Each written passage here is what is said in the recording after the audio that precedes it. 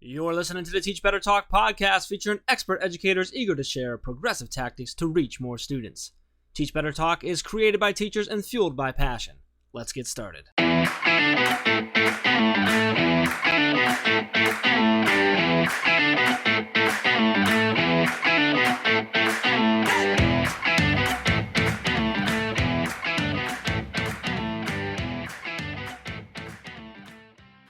Hey everyone, welcome to episode 262. I almost just said 265, and I want to preface, this is 262 of Teach Better Talk podcast. My name is Ray Hewart. I'm here with Jeff Gargas, and gentlemen, ladies, it's been a night. It's been a night. Hi, Jeff. Hi. I think it's been a night where we realized that 262 episodes is probably enough. I think we should probably call it quits at this point. I agree with that. This guest was so good that I would be willing to say, okay, great, this is the last episode. But on the flip side, I could also say, oh my gosh, it took 262 episodes to get to her. Then could you imagine another 262 episodes? Like, oy. I can't. No. Me neither. I way can't. Too many. Like, it's got to end sometime. I don't know when. I was thinking about, we have a lot of members of our Teach Better family who have been asking if the daily drop-in will ever come back, which who knows if that's ever going to come back. But when they ask, those were podcast episodes. So that daily drop-in would need its own podcast, and it would have like 365 episodes. Well, wait, that would be if we did it 7 days a week, huh? Yeah, you're right. It was only 5 days a week. So not quite. Whatever that math adds up to is what it would need to be. A lot. Does anyone know how many days are in a year if you take out the weekends? Is that a dumb question? I don't know that. Theoretically, it'd be 5 times 52. Okay, let's move on from this. Anyway. Hi, everyone. Happy Monday. When we're recording this, it's before the 12-hour live. However, we are only imagining ourselves what the Monday after the 12-hour live must be like. And I just want you guys, while you're enjoying this episode with our incredible guest that we'll get to in a second, Jeff and I are probably still in our PJs struggling after the 12-hour live experience. Yes. You know, well, here's the crazy thing about the 12-hour. I know we're going to talk about something that we're going to announce on the 12-hour live, but like some of the 12-hour live is like, I'm only live for like 3.5 hours this time. Well, yeah. Which I realize is still like a decent amount of time, but like the first 12-hour live, remember back was June of 2020. You and I were both on for, I think it was like 11 or 11 and a half I think we were both, neither one of us was off the camera for more than 30 minutes. And I still, to this day, like I've went back, watched the footage, I've dug into it, I've talked to my wife, I've talked to our team members. I can't figure out whether either one of us used the restroom or ate anything all day long. That's beside the point. The point is, I actually think on this Monday, 2 days after this 12-hour live, I'm probably not that tired. I'm probably feeling pretty good at this point because we've got an amazing team that carried half the weight or more than. I do want to give a special shout out the Monday after our 12-hour live event where we were live for 12 hours on Facebook, YouTube, Twitter, and Twitch, doing 12 hours of live professional development. Shout out to our team and especially team lead Katie Miglin, who this was her first 12-hour live. She did all the organizing, all the communication. She's fabulous. However, if you're listening right now and you're like, man, 12-hour live really didn't go well at all, then get rid of the shout-outs. Or just blame Katie Miglin. Like just blame Katie. Yeah, that's fine. I'm good with that too. So hopefully it went well. Let's pretend that it went well enough.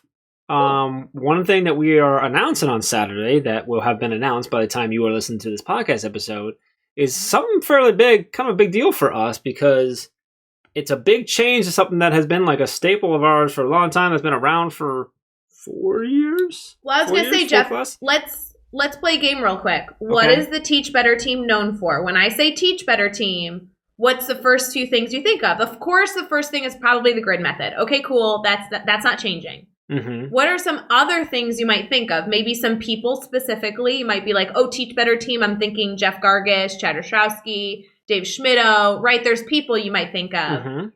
But then I think the easiest, most common next go-to is the big announcement that, it's Mastery Chat. It's Mastery Our Chat. Thursday night Twitter chats. Been going on for it's 4 years now, isn't it? It's got to be at least 4 years because it was right when I joined the team. Yeah, it's right about 4 years, I think. Yeah. And here's my favorite part about it. We have literally never missed a Thursday. We have never. We have done those chats on the 4th of July, on Christmas Eve, on Christmas, on Thanksgiving, on New Year's. I don't think we ever hit a New Year's Eve on a Thursday, but we did have a New Year's. No, we absolutely did have. Was it a New Year's Eve? Did we have a New Year's Eve? Okay. Like most of the major holidays we've had, but because we've never missed it, and that was an important thing too. Like that, it was very important. It was very important for us to be consistent.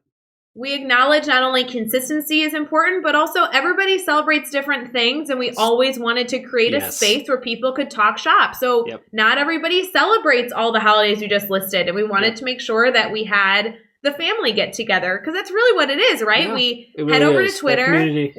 We have a conversation, and then I love really early on we started incorporating then the live conversation that was incorporated, whether it be during or after. We've tried it a few different ways, but so anyone really listening right now who maybe didn't see the 12-hour live, no, we are not ending the Twitter chat. Like it's not. We're still going to be there every Thursday. Yep. But we are making some changes. So big changes. The big change is that we are actually shifting from hashtag Mastery Chat to hashtag Teach Better. Whoa. Which is a big shift. Mastery Chat was because at the start of everything, well, one, Teach Better wasn't a thing. It was the grid method was all we were. It was all around, and we didn't want to do just the grid method thing because it wasn't just about that. It was about mastery learning. We talk about a whole lot more than that now. But even more so from there, we wanted to keep it separate from the brand because we wanted just to be its own community. But we feel like, our brand is known for the family, and we want people to feel that family love. And so it just kind of all made sense for us to bring it together and change it up a little bit. What else has changed with the chat? So we're changing the hashtag.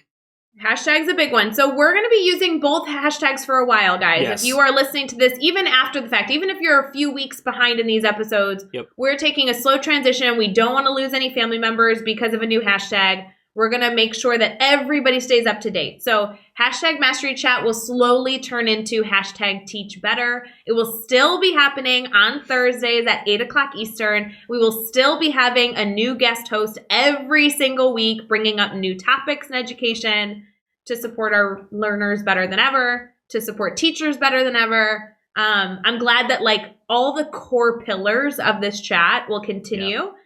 Additionally, we really wanted to make sure that we were able to not only have an intentional conversation, but we really have enjoyed hearing from our community. Our community not only loves the chat, but they really do love seeing the host and seeing the team live after the conversation to kind of dive deeper and really get to know the host on a personal level.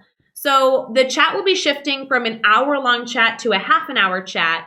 And then we'll have a half an hour recap afterwards. So I know a lot of you have been committing for a long time, like 4 years. You've been committing to an hour-long Twitter chat and then a half an hour recap. So we'll be shifting that slightly. We'll be doing a half an hour chat with a half an hour recap so you can fit all this in an hour. And you can still get the value of creating good dialogue, having deep conversation, and then also participating in the live after as well. Now, I will say, Jeff, we're not going to get into anything else. There are some new things coming that the team is really excited about, like new surprises. We're trying to reimagine what a Twitter chat looks like. But for right now, those details I think are enough. Everybody will slowly kind of change their mindset a bit. They'll be still committing an hour, but it'll be a really great little shift, and we'll get started. Yeah. So that's exciting. So like what I said, for quite a few chats now, we'll be using both hashtags. And then on May 20th, you'll see the official switch over of the format, but we'll continue using both hashtags to make sure that no one, like you said, no family member gets left behind or confused on a Thursday when no one's around the one hashtag. So we're going to keep that going for a while. So it's exciting. This is fun. It's kind of cool to revamp something that's been around for so long. There's a fun part of that. I don't know. I'm excited about it. Absolutely. I feel really, I'm joking, kind of, but it kind of got a facelift. Mastery Chat was something that we didn't touch. It just worked, and we didn't really want to mess with it because our community just kept telling us that they loved it and we wanted to keep it. And so really, it's not because we saw a problem with Mastery Chat. We just wanted to bring it up to the times, give it a little bit of facelift. Shout out to Joshua Stamper. He has a beautiful new logo that was just released for Teach Better Chat. I can't wait for all of you guys to see it. And like I said, everything looks the same. It'll just be a little bit of facelift. I like it. I love it. Awesome. So that's that. So that's exciting. So if you already heard it on the 12-Hour Live, you already heard it, but now you heard it here too. So if you missed it, you got the info. It's official. Yes, it's official. And this episode is officially awesome. See how I did that? You like that transition? You know what? I like the transition only because at least your statement was true, even though it was like a bad dad transition. That's very true. Yeah, this episode was phenomenal. So Dr. Sharon Porter she's an educator, she's an author, she's a publisher, she's an entrepreneur, she's a host, she's the president of SHP Enterprises, which is Perfect Time SHP. She does coaching, consulting, what do they do, book publishing, all through there, broadcasting. She's also we didn't even get into this in the conversation, but she's the executive director and founder of the Next in Line to Lead Aspiring Principal Leadership Academy. There she does, she trains and mentors and coaches assistant principals across the United States who want to get up into the principal role too. She's also an elementary principal and a 30-year veteran, just passionate educator. And around all that, she's also just a lot of fun. She's super nice. She's so cool to talk to and just so much knowledge. This was a super cool episode. Really happy to have her on. Ray, I know you've been on her show.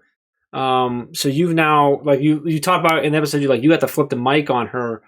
Give us the quick, what was that like? And then we'll get into this. No, I loved this episode and I truly believe, and I know I say this all the time, guys, but if I could mean it more than ever, I mean it now.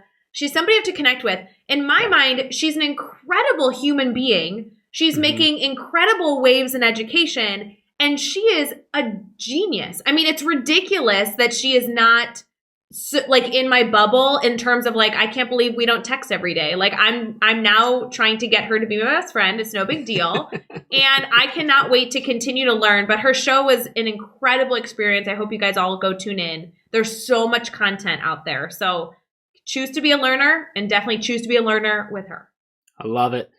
Turn it up. Get ready to listen. You might even want to take some notes in this one. This is a powerful episode. Episode 262 with Dr. Sharon Porter. All right, Teach Better Talk podcast listeners, I know that you're listening to an awesome episode, but I just have to say, I have no stinking idea how you stay up to date with everything going on with the Teach Better team. It seems like every week we're announcing a huge, big thing that's going on, and I don't want you to miss any of this. So here's something I really thought our listeners would like. Starting in April, we are beginning a Focus on the Focus live series with Dr. Dave Schmittou and Caitlin Giordano. This is going to be a weekly series dedicated to talking grading practices. We're going to talk about what grades are, how to measure them, how you can jump through zeros and deadlines. We're going to discuss formative and summative assessments, and we're going to be doing a Q&A like crazy. So I want you to mark your calendars right now, super quick in the middle of this episode, for April 7th at 7 o'clock Eastern, and then every single week from there all the way through May 12th that you are going to be tuning in either on Facebook, YouTube, Twitter, or Twitch to the Focus on the Focus live series with Dave and Caitlin. All right, let's get back to this episode. All right, we are here and we are chatting with Dr. Sharon Porter. And Sharon, it's so awesome to have you on the podcast. We connected a long while ago. I don't remember when that was. I know Ray's been on your show. You've had a busy night tonight with everything that you got going on, and we're so excited that you are able to take some time and hang out with us tonight. We're super excited to get into your story and share more about you out with all the people that are listening. But before we dive too much into all of that, how are you feeling tonight? I am absolutely great, and I'm so excited to be a part of this show tonight. Oh, we're going to have such a good time. I was so excited when I saw you on our recording list tonight because I'm like, oh my gosh, it was so fun to be featured on your show. I even told you right as you popped on, I'm like, oh my gosh, we're going to flip the mic on you. I cannot wait. Before we get into all that fun, I'm sure our listeners are familiar with you because I don't know how you could not be. However, if they haven't tuned into all of your shows, all the work you do, everything in between, would you mind kind of answering that age-old question of, hey, Sharon, what do you do? Absolutely. So first of all, I love and lead children in school. And so it is so exciting to be an elementary school principal. Probably the best job on the planet. So I lead an elementary school in Maryland. But in addition to being an educator, I'm also an author and also a publisher, as well as a host, as you mentioned, of several podcasts and several shows. but my main gig is being an educator. I love that. I love that always comes back to your main gig of being an educator. But I'm going to take us into the direction of all the other stuff because that gets me really curious. So you have a lot going on. You do several different shows, several different books, publishing all these different things.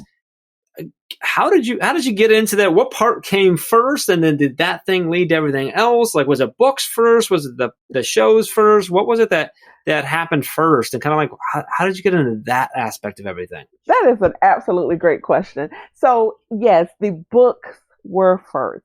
Becoming an author sparked everything in me. It sparked everything in me. So I started out in network marketing. I've been in education for close to 30 years. And so, as you know, most educators, we always have our hands in something else, right? And so network marketing was my something else.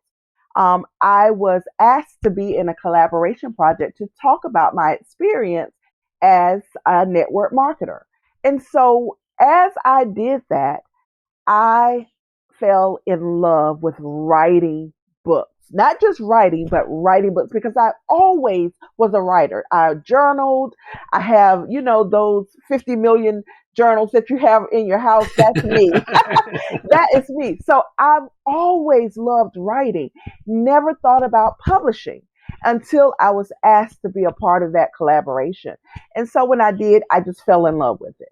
From there became entrepreneurship. Believe it or not, I was actually vending through a network marketing and happened upon a women's empowerment conference. And I was so amazed to see all of the amazing women that owned their own business. And I vowed that day that I would come back to that conference the following year, but as an entrepreneur. And that's what I did. So that's how it went. I love it. I love it. So, you have several different shows. Can you tell us a little bit about the shows that you do? Because I know you just came from doing one or two or six.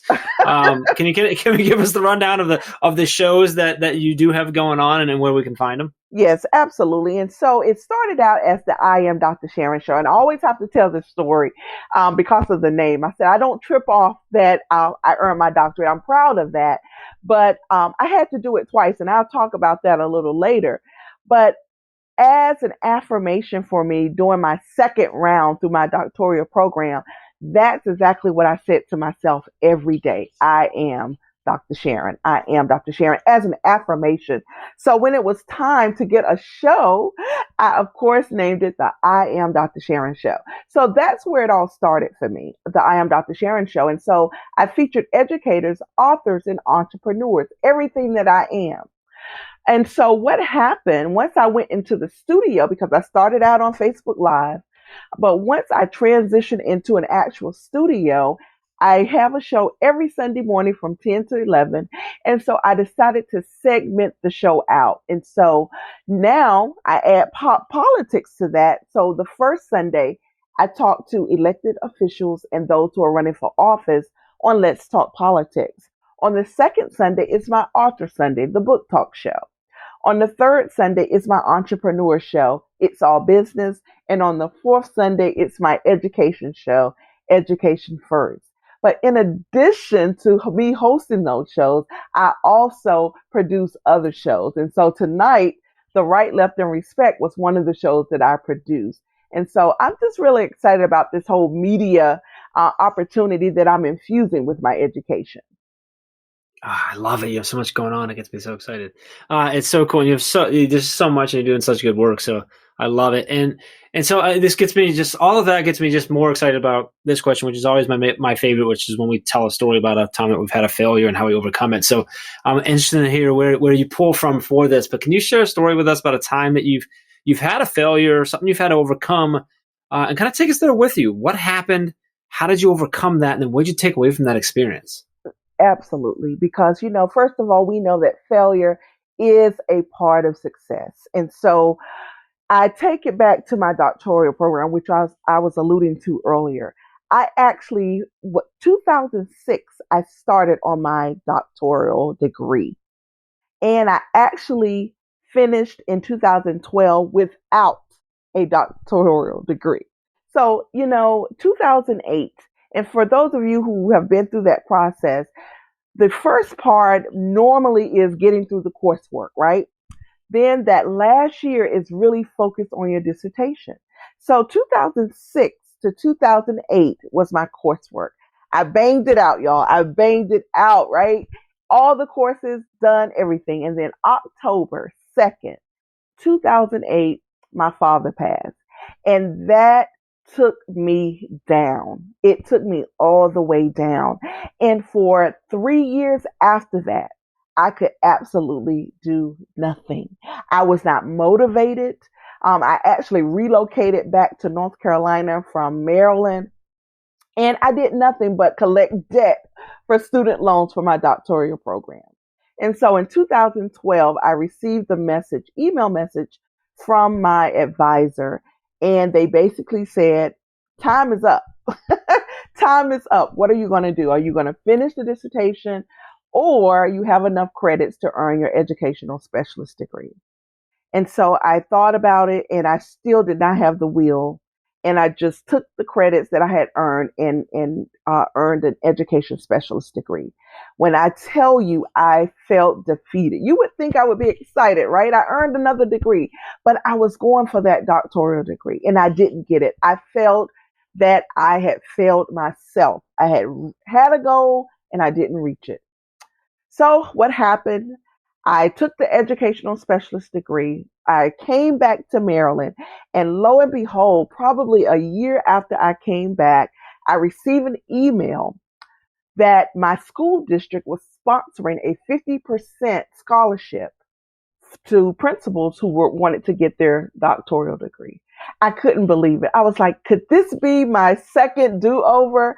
And I applied and got the scholarship, attended Howard University for 3 years with 50% of that paid for, and finally earned my degree. And so what I learned from that is that, first of all, you have to make sure that you have a plan in place for the downfall, because things are going to happen, right? Things are going to happen.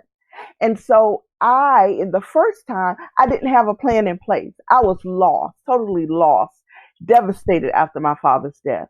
And so I just learned that you have to put people around you that's going to help boost you so that you can have that plan to see things through. That was the lesson for me out of that. And so, that's why I said before, that affirmation, I was determined to finish and get that degree, which I did. That was like, I know a failure story, but really a success story. I mean, holy cow. That is perseverance to its definition. I mean, I love that. I am so glad that you were able to come out with such a big win, and holy moly, so much accomplished.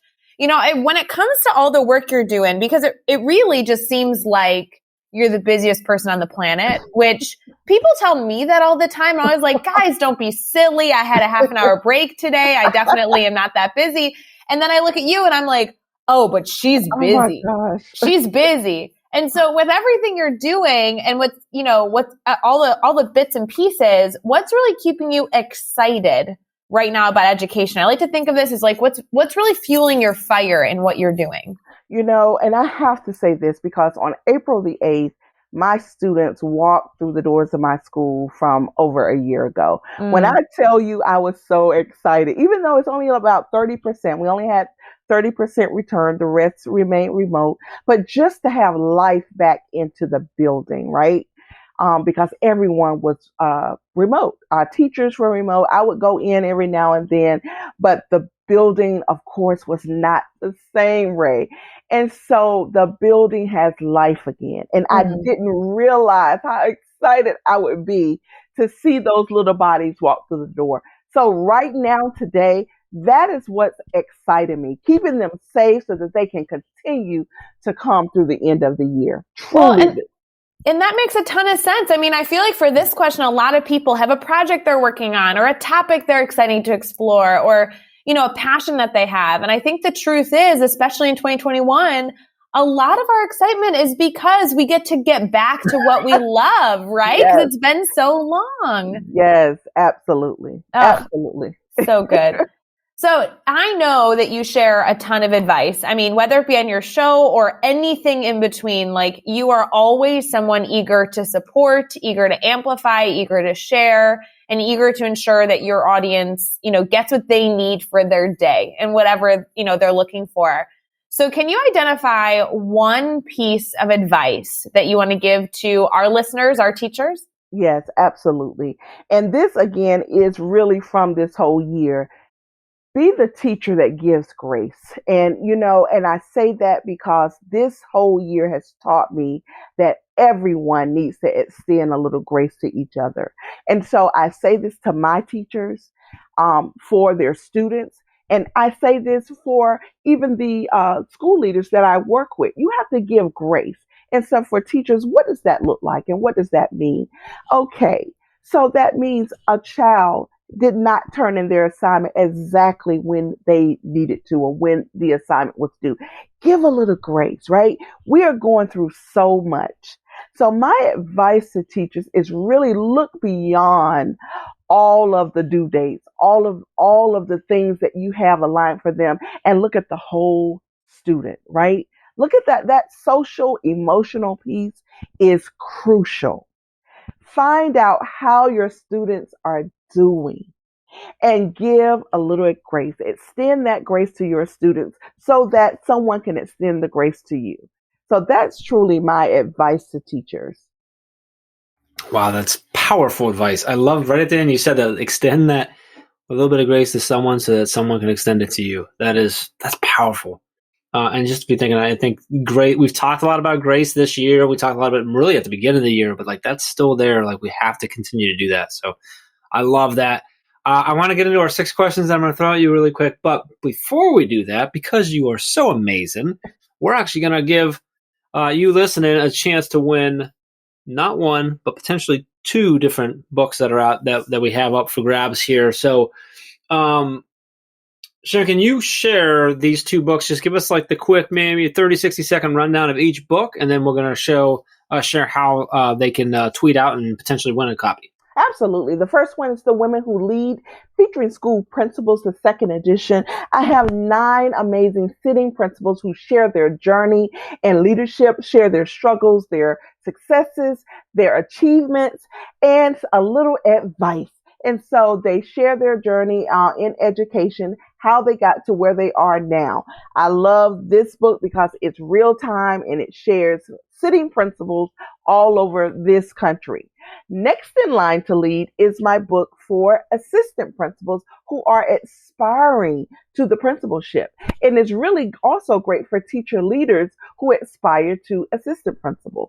They share their work and how they are aspiring to the next level. What things are they doing in their school to get to the next level? So that's next in line to lead, the voice of the assistant principal, and Women Who Lead, featuring school principals. Oh, I love it. All right, so here's what you're doing. If you're listening right now and you would like to grab a copy of either one of those books, you just need to go over on Twitter and throw out a tweet. Make sure you tag us at Teach Better Team, hashtag Teach Better and or Teach Better Talk. And then, Sharon, can you give us your handle really quick so I don't mess it up? Absolutely. I am Dr. Sharon. IAMDR Sharon. So make sure you tag Dr. Sharon as well. And we're going to make it simple. Just share out, what does leadership mean to you? What does it mean to lead? And then we'll grab 2 that'll get a copy of, we'll grab 2 people. So one copy, we'll just pick them randomly and get those out. So that is awesome. Really appreciate you doing that. Just really appreciate that. It's very kind of you. So now I'm going to throw these next 6 questions at you, and your goal is to answer each one in 15 seconds or less. Are you ready to go? Oh, wow. Yes. Well, I like that. That gets, oh, wow. Yes, that's good. I'm good. All right. This is going to be fun. All right. What is one EdTech tool you cannot live without? Hapara. Okay, I'm going to make you tell me about that because I've never heard of that. So Hapara is, you actually get to see what students are working on, something that we learned about doing this remote space. So it's an app that you can actually see the students working. You can see where they are online and everything, so you can direct them or redirect them if necessary. Oh, gotcha. Hapara. Okay. And just be clear, that does not count against your time. I derailed us there. Thank you. Give us a book that you're reading right now. Oh my goodness. I love Who Not How? Oh my God, the formula to achieve bigger goals through accelerating teamwork. And that's by Dan Sullivan with Dr. Benjamin Hardy. Oh, I love it. Who do we need to follow on Twitter or Instagram today? EdTech teacher I love. Actually, PBS teachers and We Are Teachers. I love those because they give so many free resources. What's a good YouTube channel, website, or podcast for educators to check out? Tech It Up with Dr. Mac. And give us a daily, weekly, or monthly routine every teacher should get into. I would say check and respond to emails and reflect on the day's lessons. That's my daily plan. You want to give us a weekly and monthly? Absolutely. Plan for the week. Oh, yeah. And monthly, I'm going to say grade audit, student learning versus student doing. Make sure that your grades reflect what students are learning and not what they're doing. Oh, I like that a lot. All right. And finally, let's wrap it up with best piece of advice you've ever received. Find a mentor or a coach. Ooh, I like it. Wow, Ray, she nailed it. I know. Find a mentor or a coach. Like, how simple, but how valuable. Like, absolutely. Oh my goodness. It changes people's lives. It does. No matter what level you're on, a mentor or a coach will change your life. Oh, so powerful. I think that's Teach Better Talk trophy worthy. I'm just saying. I agree. Okay, Sharon, here's how this works. So Jeff has a Teach Better Talk trophy that he's going to mail you. I want you to know that the box is enormous. It's going to show up on your doorstep, and it's going to be full of peanuts and all the things that, come in a package. And if it doesn't show up, then you need to blame Mr. Jeffrey Gargis, because that is something that we are going to send your way, like to everyone else who's earned that trophy. That's a big deal. Yeah. All right. So I'm pretty sure I've always just let this slide, but let's be clear here. There is no trophy. She's just setting it up so that you're disappointed in me. Wait, there's no trophy? It's been 262 episodes, and I'm finally standing up for myself, Ray. Sharon, can you believe there's no trophy? Oh, man. Ray thought I was sending trophies the whole time. Jeez. Horrible. If I had a trophy, Sharon, you totally would have got it. Just saying. I love it. Okay. I'll take that. I think Teach Better Talk listeners, if you are listening right now and, essentially Jeff has spoiled Christmas for you, I think that we should sign a petition and there should be a Teach Better Talk trophy. And I think that Jeff should be required to go back 262 episodes and figure out who's earned that trophy and send that on over. I love it. That's what I think. It's good. I love it. Sorry, Jeff. Anyway, well, Sharon, Whatever. In addition to what I hope you signing the Teach Better Talk trophy petition, I also want to make sure that our listeners can stay connected to you. So would you mind sharing your contact information? Absolutely. My social media contact is I am Dr. Sharon across all social media platforms. And that's Facebook, that's Twitter, that's Instagram. Also, I am Sharon Porter on LinkedIn, which I would love for you to connect with me there. And my website is drsharonhporter.com. And you can find all the links and all the resources and everything we mentioned in this episode over at teachbetter.com, as well as the really important links for connecting with Dr. Sharon and keeping this conversation going. So make sure you head over to teachbetter.com for all of that. Be sure to hit subscribe so you don't miss any upcoming episodes. And if you can give us a rating and review, we'd really appreciate that as well. Let's keep taking this one step further. Think of just 3 of your colleagues who need to hear these amazing stories and connect with these amazing educators, and just share this podcast with them. Oh, Sharon, this was so much fun. I'm so happy that you were able to come on and hang out with us and just share your awesomeness with us and with your listeners. So fortunate to be connected. Truly, truly appreciate you and all the work that you do and your team. And everything you do every day in your school with your teachers and your little ones. Just really, really appreciate you. Thanks for taking some time and hanging out with us tonight. Thank you so much for having me. And until next time, let's get out there. Let's teach better.